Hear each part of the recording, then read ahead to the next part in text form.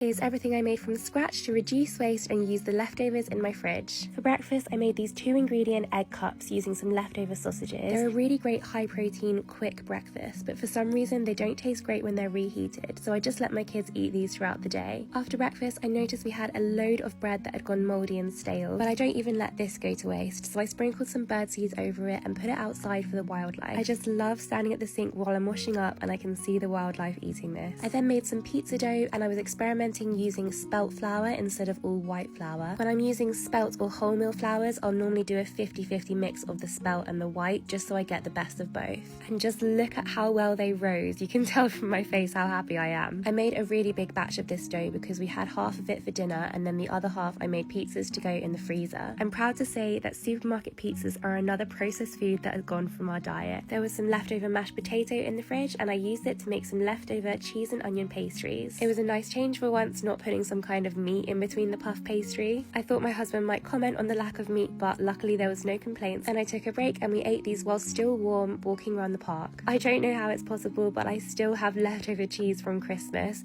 I also had some leftover cream and butter too, so I use all of this to make a cheese sauce. None of the cauliflower gets wasted either. I use all of the leaves as well as the florets too. It tasted incredible, as you would expect, but probably not great for my New Year's resolution. I saw Little Lou Cooks make these incredible ABC muffins for her kids. I had all the right ingredients to make them and I even used my homemade vanilla extract in them too. The ABC stands for apple, banana and carrot, which is adorable, and these went down really well with my children. So far this cooking session, as well as a week of baking cakes, I've used up so many eggs. They stay in my oven and get baked on low heat whilst the oven's heating up, and I use them in the garden. I picked a few beetroot to eat during the week and I boiled it, saving the water to use on my plants. Just look at those colours, so many wonderful flavonoids. And last but not least, I'm just showing off now, I had a customer collecting this cake and I added some ribbon to the base. Thanks so much for watching. If you're from America, go and follow me on Instagram. Love you.